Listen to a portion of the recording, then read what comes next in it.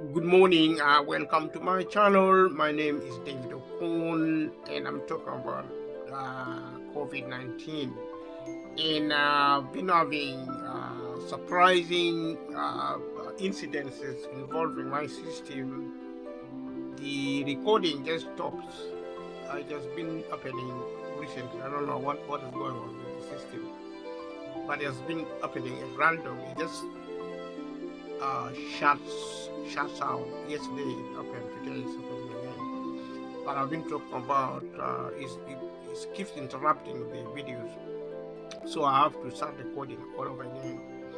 And yeah, subscribe to this channel if you haven't subscribed, and thank you for people who have been helping and people who have been supporting this channel. And this channel is quite educational, and we need to look after ourselves.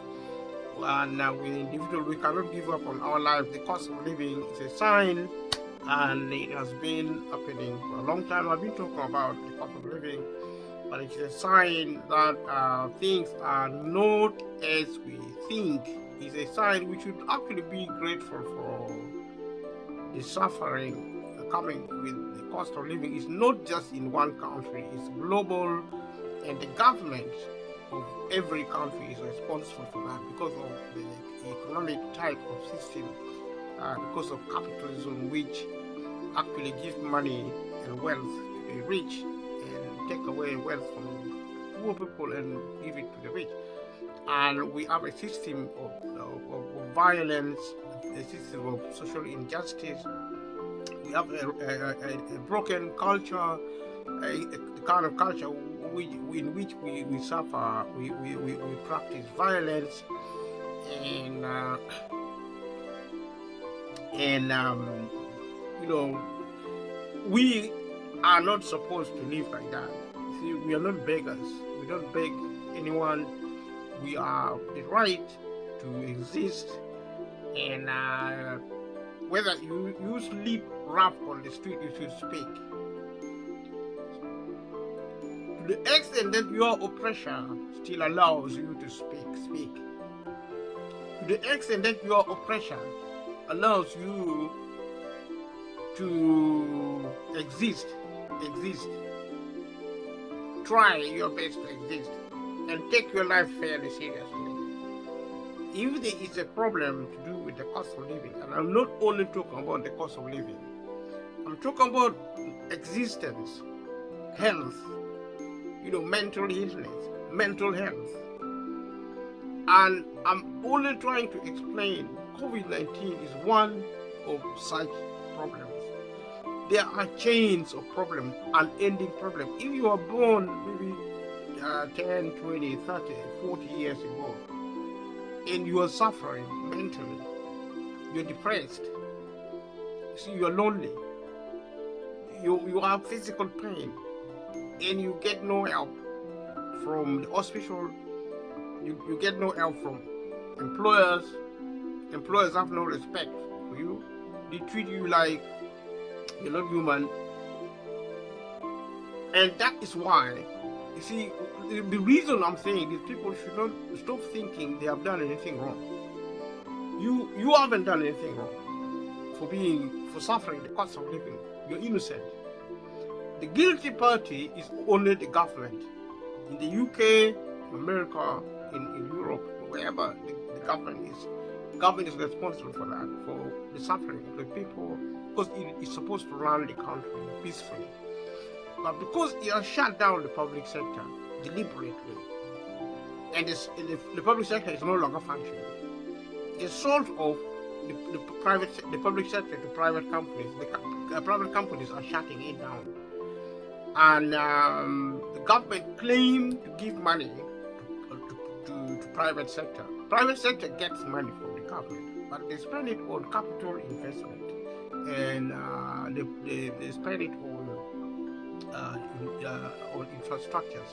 Infrastructures and capital are actually wealth. So instead of spending this money to provide public services, they don't. They put the money in their pockets. So you could say the government colludes with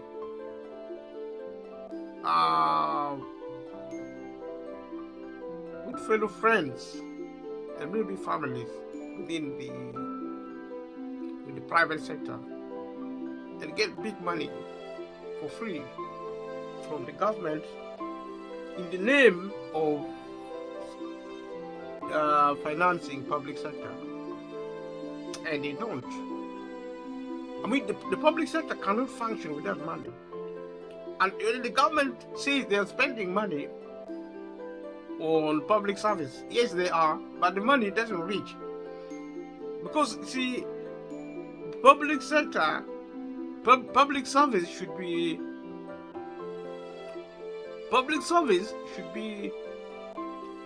run by public businesses, not private business. Because public businesses are owned by the government, and we elect the government to take responsibility. And currently there are strikes. There are people who are protesting because of low pay, and they are right. But the government is not listening to them, because the government cannot really run the public sector at all. You see, the issue of pay has to do with the government. The government has to finance a minimum wage. I mean, they have to support industries with money so that industries can pay workers properly, so that condition of work is effective. But this is deliberate.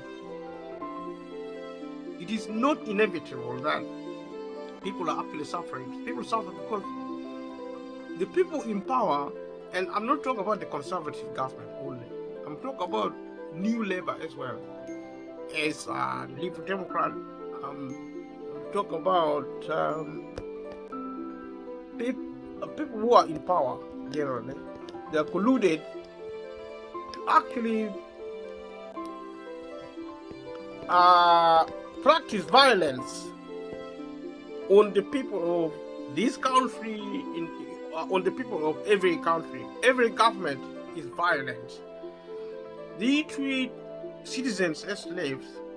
People are disrespected by the government. They don't listen to the people of this country. And the meaning of citizenship is relevance. Because you see, if you don't have a job, if you don't have a job, and even if you have a job, you don't know if you're going to keep it. There are people who work, and they might wake up tomorrow morning to find that they are out of work. And that is it. Once they are out of work, they're out of work. And that is it. And people need to get to terms with it, because the violent system is evidence of cultural failure. And when culture is the product of education, you educate yourself to respect other people, to value your life, value the life of other people. And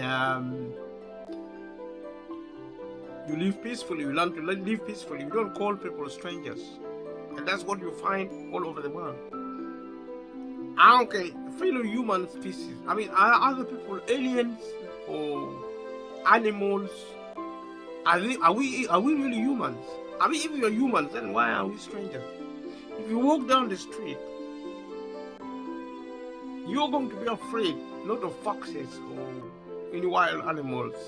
You're going to be afraid of a fellow human being.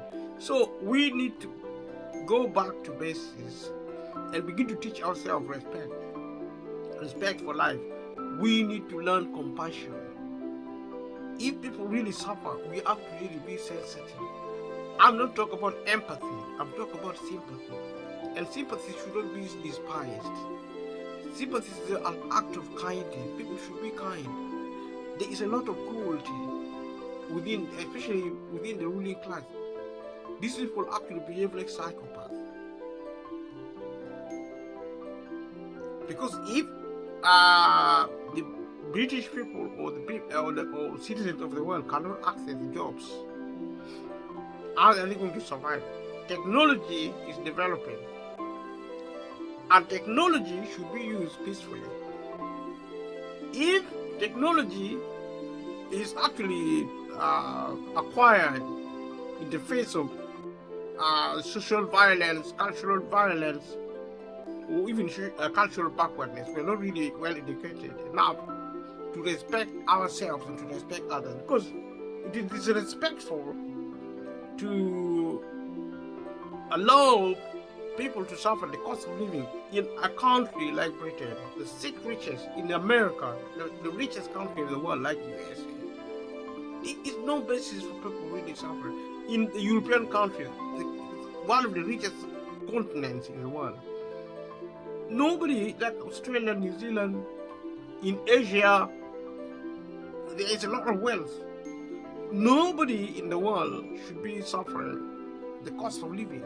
And this is the whole point. I'm looking at COVID-19 because sometimes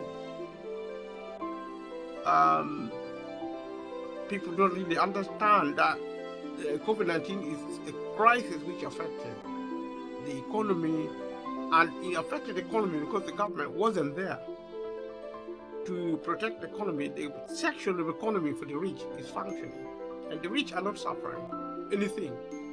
The only thing they're suffering is actually how to manage greed and how to learn, what rich people need is learn how to live peacefully with themselves and with other people, because they are living loosely. I mean, if you have piles and piles and piles of money and wealth, and you don't even use it, you just throw the money away. Money rots in the hands of wealthy people, and the rest of the population are actually suffering the cost of living. This is cruelty. This is no way to live. If we continue like this, we are going to go extinct. Beginning with the poor. The poor will die first, and then the rich. Because the violence is actually created artificially. Nobody should suffer anything. There's a lot of, we have technology, we have a lot of knowledge, we have good ideas. All we have to do is learn to be human and compassionate. No politician or no body at all, no public figure should tell us how compassionate they are. At the same time, standing by to leave people suffering. The cost of living. I say the cost of living. I haven't talk about the cost of living because it is a symptom of a broken society. So what I'm really talking about is, I'm talking about the real problem, the political problem, the economic problem, the cultural problem. So I am actually appealing to everyone to change the way they behave. Simple as that. Our mindset, we are humans, black, white, Asian, it doesn't matter where you come from, who you are. We are not supposed to be fighting at all. We fight because we are so culturally backward. We are so backward that, it's so difficult to differentiate between a sober person and somebody who is drunk on drugs or alcohol. There's no difference. I mean, we behave sometimes, human beings, behave like psychopaths. Even with poor people or rich people, whether you're a slave, whether you are a master. And I will be talking about this going forward. If you like what I'm talking, if you don't like it, leave a comment below. And thank you for watching, and thank you for being part of this process. It's an opportunity for us to really, talk freely while we still have the opportunity. I mean, take any opportunity available to talk about things you value. And so let us carry on talk about COVID-19, and I've been really laboring to, try to make sense, to connect COVID-19 with the cost of living. That's what all I've been trying to do. And all I've been trying to do is that we have to get it in our head. In every topic I speak, I have to make sure people are clear who is responsible for the cost of living. The government is responsible for the cost of living because they have shut down the public sector. People need to understand this. They are privatized the public sector. The public sector should not be privatized because private companies cannot provide public sector. That's what they say crisis. The crisis of the cost of living is not going to stop. Let us look at how authorities, different authorities, try to deal with the problem of COVID-19. Because COVID-19 is still going on and it could come back even worse. And so we need to really look at the way to solve the problem. I mean, get the information from where you can get. And there are something called pharmaceutical interventions. This involves, medication, drugs, vaccines, and there are non-pharmaceutical interventions which involve COVID-19, and the CDC and World Health Organization advise that masks such as worn here by Taiwanese President Tsai will reduce the spread of SARS-CoV-2. So there has been examples of people trying to solve the problem of COVID-19, which is also a crisis resembling the cost of living. Like I said before, we are still trying to solve the problem of COVID-19, which is a crisis, and we are trying to solve the problem of the cost of living, which is a crisis. So they are the same. Pharmaceutical interventions that may reduce the spread include personal actions such as wearing face masks, self-quarantine, and hand hygiene. Community measures aimed at reducing interpersonal contact, such as closing workplaces and schools, and counseling large gatherings, community engagement to encourage acceptance and participation in such interventions, as well as environmental measures such as surface cleaning. We can remember all these incidences caused by the crisis of COVID-19. Other measures are more drastic actions such as quarantining entire populations and strict levels of bans have been attempted in various jurisdictions. The Chinese and Australian government approaches have included many lockdowns and are widely considered the most strict. The New Zealand government response included the most severe travel restrictions. As part of its quarantine program, South Korea introduced mass screening and localized quarantines and issued alerts on the movements of infected individuals. The Singaporean government's response included so-called circuit breaker lockdowns and financial support for those affected, while also imposing large fines for those who broke quarantine. And we can see different countries using different approaches in trying to solve the problem of COVID-19. It's global. It was global. It's still global. We don't talk very much about COVID-19 now, but COVID-19 is still there and it's global, and things like contact tracing were used, and the use and development of software for COVID-19 pandemic mitigation and public health mitigation of COVID-19 and information technology. So we'll talk about technology in trying to address problems such as COVID-19. So contact tracing attempts to identify recent contacts of newly infected individuals and to screen them for infection. The traditional approach is to request a list of contacts from infectees and then telephone or visit the contacts. Contact tracing was widely used during the Western African Ebola virus epidemic in 2014. Another approach is to collect location data from mobile devices to identify those who have come to insignificant contact with the infectees, which prompted privacy concerns. On the 10th of April 2020, Google and Apple announced an initiative for privacy-preserving contact tracing. In Europe and in the US, Palantir Technologies initially provided COVID-19 tracing tracking services.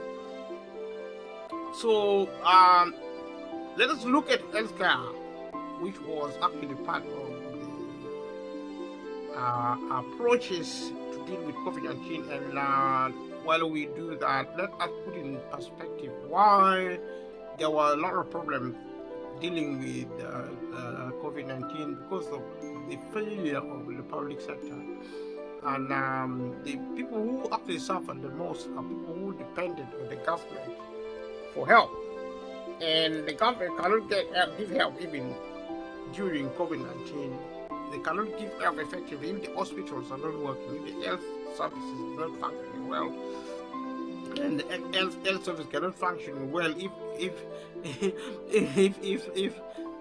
healthcare is shut down. Because like I said at the beginning of these videos, I said the government sold off public service, including healthcare service.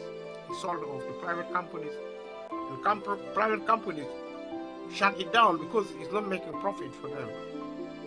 And you see, it costs more to finance public service via private companies, because private companies have to make money, they have to make profit. Although they don't make profit, but directly providing public service, they invest most of the money on capital and on infrastructure, and then they use this capital infrastructure to run private businesses. That's how they make money. They don't make profit directly.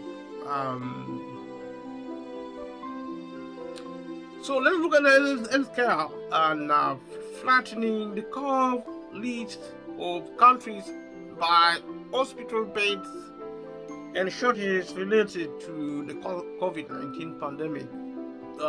World Health Organization described increasing capacity and adapting healthcare as a fundamental mitigation. The ECDC and World Health Organization's European Regional Office issued guidelines for hospitals and primary healthcare services for shifting resources at multiple levels, including focusing laboratory services toward testing, counseling, elective procedures, separating and isolating patients, and increasing intensive care capabilities by training personnel and increasing ventilators and beds. The pandemic drove a widespread adoption of telehealth. Telehealth is health on the phone, maybe on telecommunication, telephone. So you have improvisation and the manufacturing of improvised manufacturing. A patient in Ukraine in 2020 wearing a scuba mask in the absence of artificial ventilation. So some countries in crisis or suffering poverty faced a lot of problems due to supply chain capacity limitations. Some manufacturers began 3D printing materials such as nasal swabs and ventilator pads. In one example, an Italian startup received legal threats due to alleged patent infringement after reverse engineering and printing 100 requested ventilator valves overnight. Individuals and groups of makers created and shared open source designs and manufacturing devices using locally sourced materials, sewing, and 3D printing. Millions of face shields, protective gowns, and masks were made. Other ad hoc medical supplies included shoes, covers, surgical caps, powered air purifying as respiration and hand sanitizer. Novel devices were created such as ear savers, non-invasive ventilation helmets, and ventilator splitters.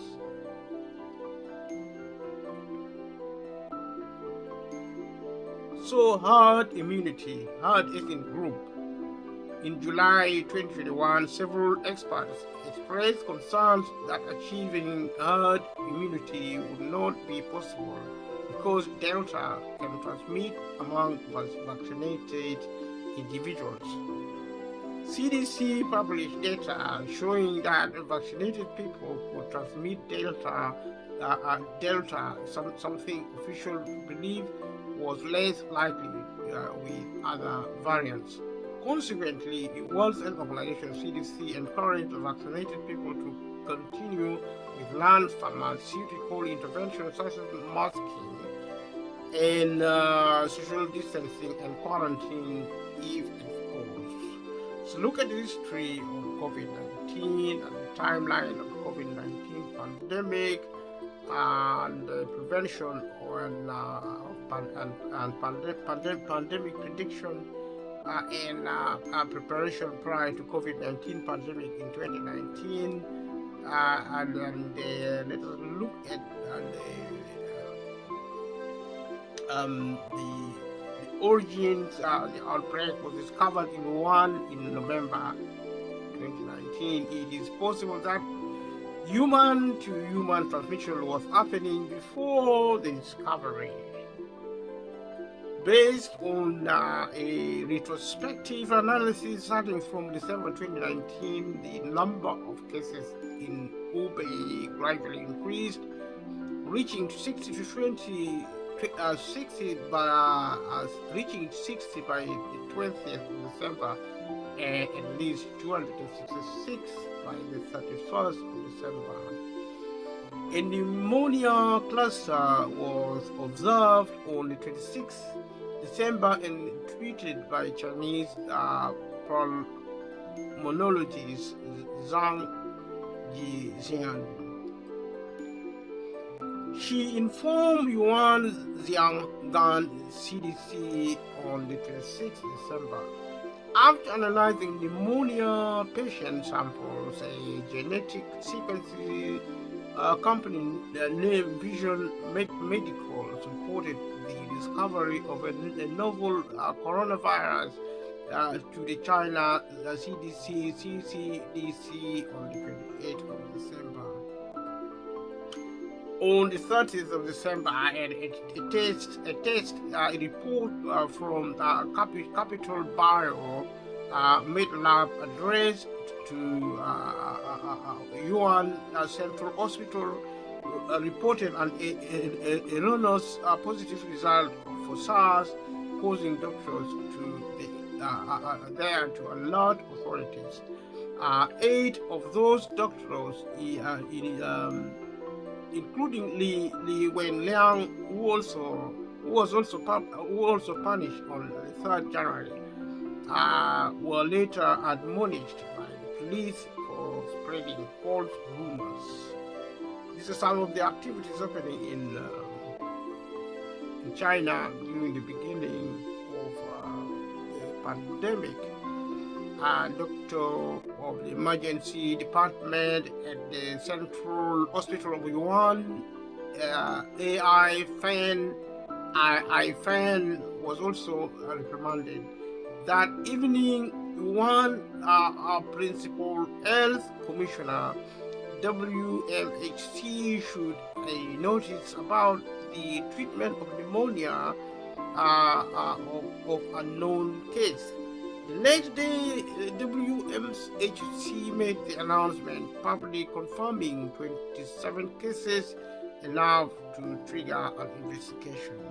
So that was the history of COVID-19, beginning events taking place in China. On the 31st of December, the World Health Organization office in China was noticed about the cluster of unknown pneumonia cases and immediately launched an investigation. Official Chinese sources claim that the early cases were mostly linked to the Wuhan seafood wholesale market, which also sold live animals. In May 2020, CCDC Director George Gao initially ruled out the market as a possible origin as animal samples collected there are tested negative. In looking at the timelines of the COVID-19 pandemic in 2020 by month, January to December, and I was signed also in Toronto, and discouraging travel. These were some of the measures undertaken by the states to try and deal with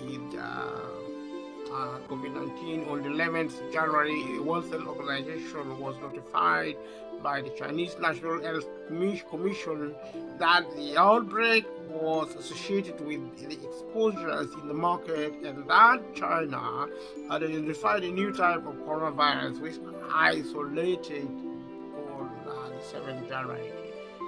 Initially, the number of cases doubled approximately every 7.5 days. In early and mid-January, the virus spread to other Chinese provinces, helped by the Chinese New Year migration. Wuhan was a transport hub and major rail interchange. On the 10th of January, the virus genome was shared publicly. A retrospective study published in March found that 6,174 people had reported symptoms by the 20th of January. A 24th January report indicated human transmission was likely occurring and recommended personal protective equipment for health workers. He also advocated testing given the outbreak's pandemic potential. On the 31st January, the first published modeling study warned of inevitable independent self-sustaining outbreaks in major cities globally and called for large-scale public health intervention. On the 30th of January, 7,818 infections had been confirmed, leading WHO to declare the outbreak a public health emergency of international concern, PHEIC. On the 11th March, World Health Organization announced its assessment that the situation could be characterized as a pandemic. By the 31st January, Italy indicated its first confirmed infection had occurred in two tourists from China. On 19th of March, Italy overtook China as the country with the most reported deaths. These are the events, as we remember, involving COVID-19. By the 26th of March, the United States had overtaken China and Italy as the country with the highest number of confirmed infections. Genomic analysis indicated that the majority of New York's confirmed infection came from Europe rather than directly from Asia. Testing of prior samples revealed a person who was infected in France on the 26th December 2019 and a person in the United States who died from the disease on the 6th of February.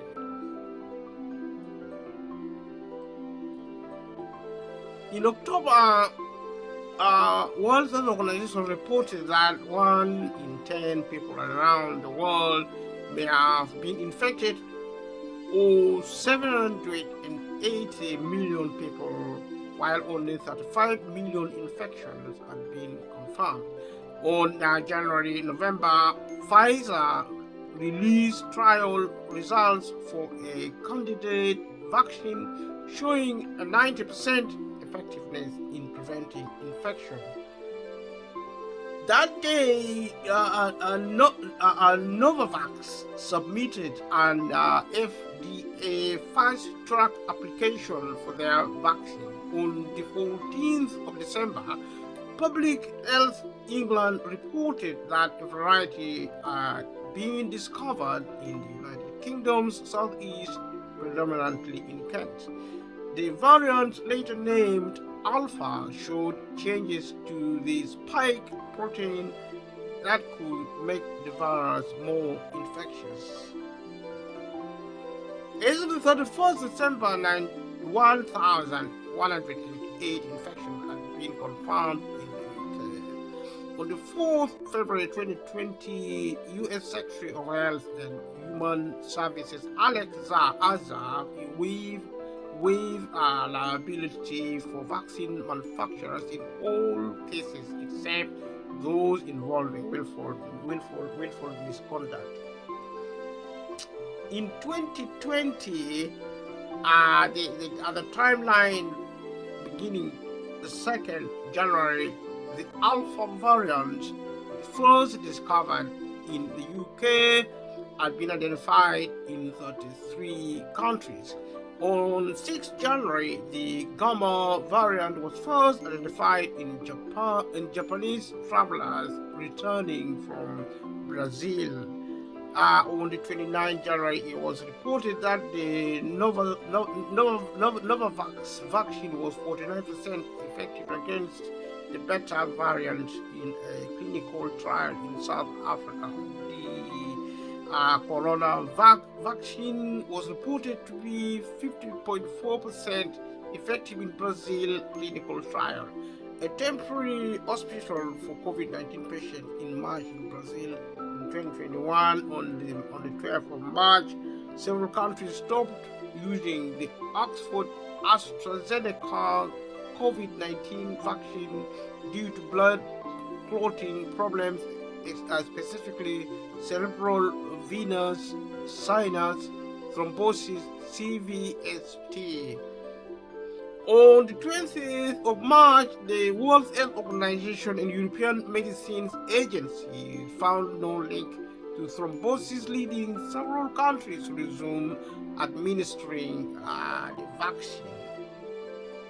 In March, World Health Organization reported that an animal host was the most likely origin, without ruling out other possibilities. The Delta variant was first identified in India.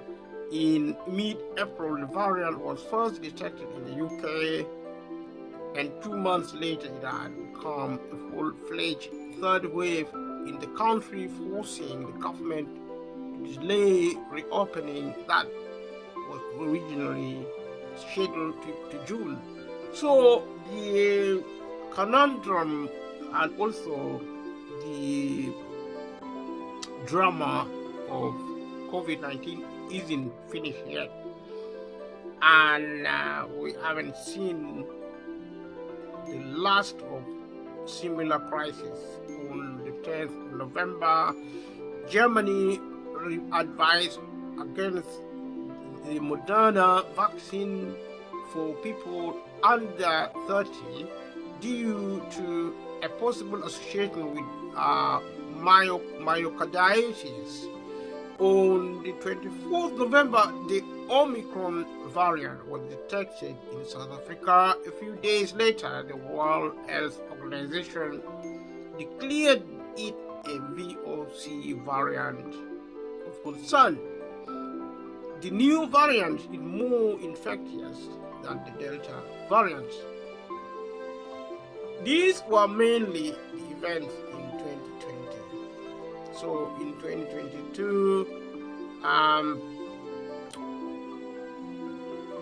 different techniques of actually dealing with for example, the Omicron strain of SARS-CoV-2 virus particles, been all sorts of names and the timelines of the pandemic in 2022 by months, and you can see the use of technology. You could argue that COVID-19 really assisted, provided an opportunity to test new technology dealing with healthcare and health problem.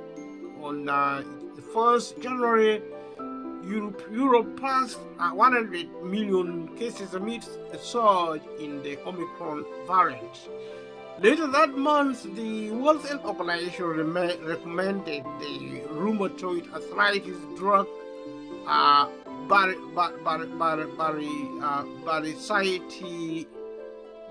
baricitinib for severe or critical patients. It also recommended the monoclonal antibody sotovimab in patients with non-severe diseases, but only those who are at highest risk of hospitalization. On the 24th January, the Institute for Health Metrics and Evaluation estimated that about 57% of the world's population had been infected by COVID-19. By March the 6th, it was reported that the total worldwide death count had surpassed 6 million people. By the 6th July, Omicron subvariants BA.4 and BA.5 had spread worldwide.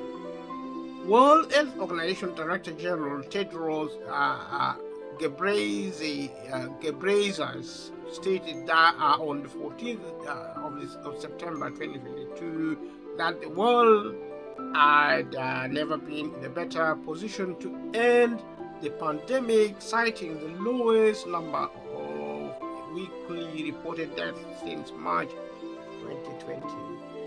He continued, we are not yet there yet, but the end is in sight. We can see the finish line. So there were airs of optimism from experts and officials. On the 21st, the United States surpassed 99 million cases of COVID-19, the most cases of any country. By the 30th October, the worldwide daily death toll was 424, the lowest since 385 deaths were reported on the 12th March 2020. On the 17th November marked the 3-year anniversary since health officials in China first detected COVID-19. On the 11th of November, the World Health Organization reported that deaths since the month of February had dropped to 90%. Director General Tedros Adhanom Ghebreyesus said this was cause for optimism. On the 3rd December, the World Health Organization indicated that at least 90% of the world population had some level of immunity to SARS-CoV-2. In early December, China began lifting some of its stringent lockdown measures. Subsequent data from China's health authorities revealed that 248 million people, nearly 18% of its population, had been infected in the first 20 days of that month. On the 29th of December, the US joined Italy, Japan, Taiwan, and India in recording negative COVID-19 test results, and from all people traveling from China due to the new surge in cases. The European Union refused similar measures, stating that the BF7 Omicron variant had already spread throughout Europe without becoming dominant. We talk about now the COVID-19 this year, and the timeline and the comments by the World Health Director Tedros Adhanom Ghebreyesus. On the 4th January 2023, the World Health Organization said the information shared by China during this recent surge in infection lacked data such as hospitalization rates. On the 10th of January, the World Health Organization Europe office said the recent surge in China posed no immediate threat. On the 16th January, the World Health Organization recommended that China monitor excess mortality to provide a more comprehensive understanding of the impact of COVID-19. On the 30th of January, the 3-year anniversary of the original declaration, the World Health Organization determined that COVID-19 still met the criteria of a public health emergency of international concern, PHEIC. On the 19th of March, World Health Organization Director Tedros Adhanom Ghebreyesus indicated he was confident the COVID-19 pandemic would cease to be a public health emergency by the end of the year. On the 5th May, the World Health Organization downgraded COVID-19 from being a global health emergency, though it continued to refer to it as a pandemic. The World Health Organization does not make official declarations of when pandemics end. This decision came after Ghebreyesus convened with the International Health Regulations Emergency Committee, wherein the committee noted that due to the decrease in deaths and hospitalizations and the prevalence of vaccination and the level of general immunity, it was time to remove the emergency designation and transition to long-term management. Ghebreyesus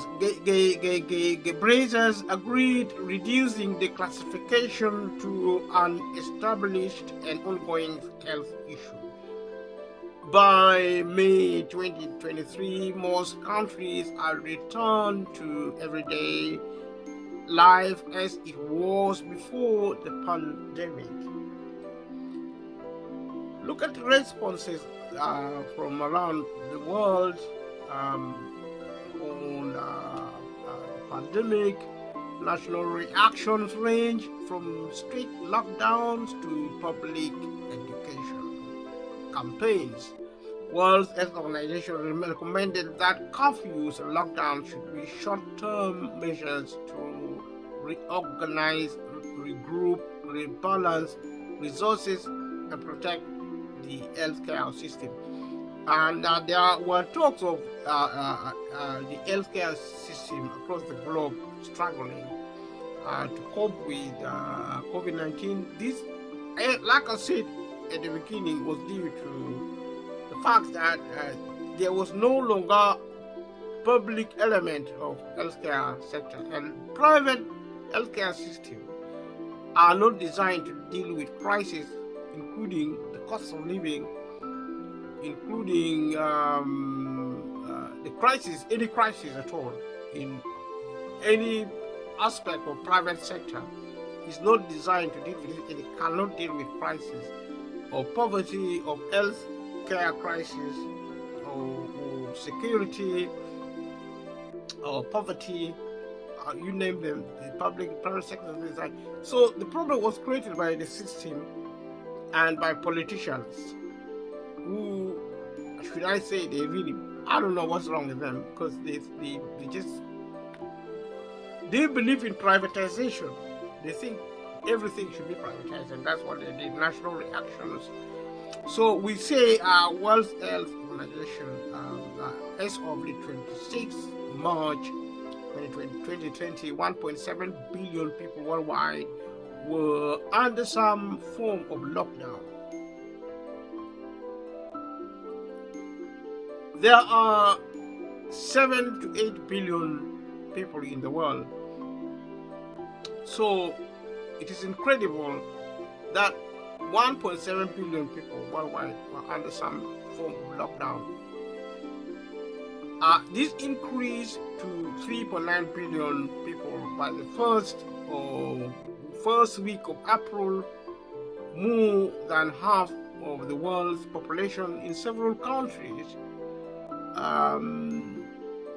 Protests against rules against restrictions such as lockdowns.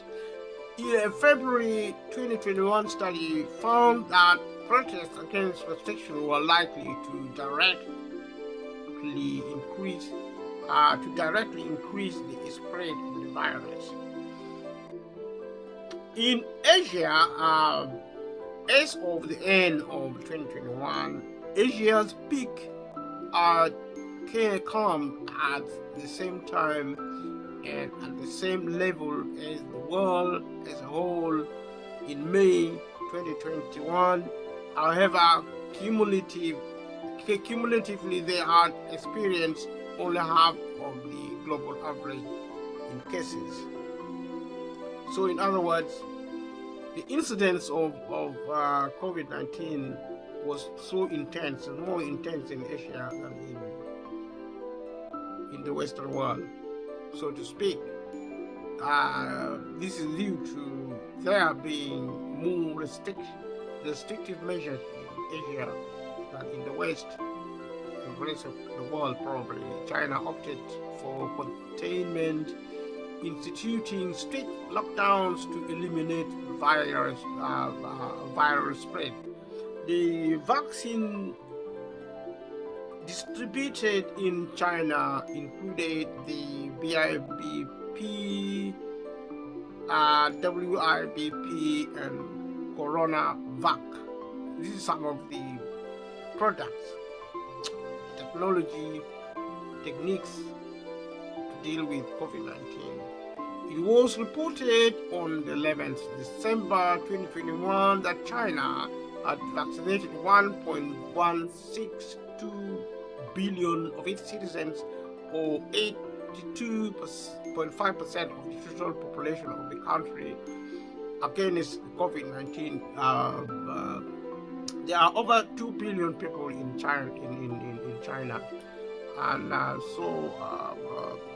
China's large-scale adoption of zero COVID had largely contained the first wave of infection of the diseases.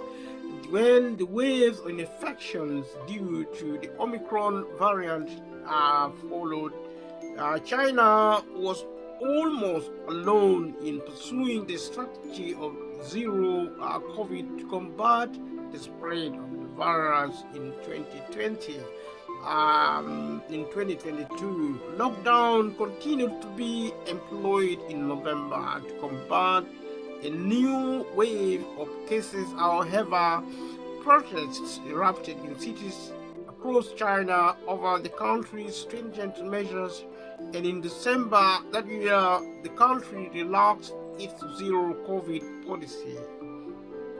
These are the political dynamics in China and other parts of the world. On the 20th of December 2022, the Chinese State Council narrowed its definition of what would be counted as a COVID-19 death to include solely respiratory failure, which led to skepticism by health experts of the government's total death count at a time when hospitals reported being overwhelmed with cases following the abrupt discontinuation of zero COVID.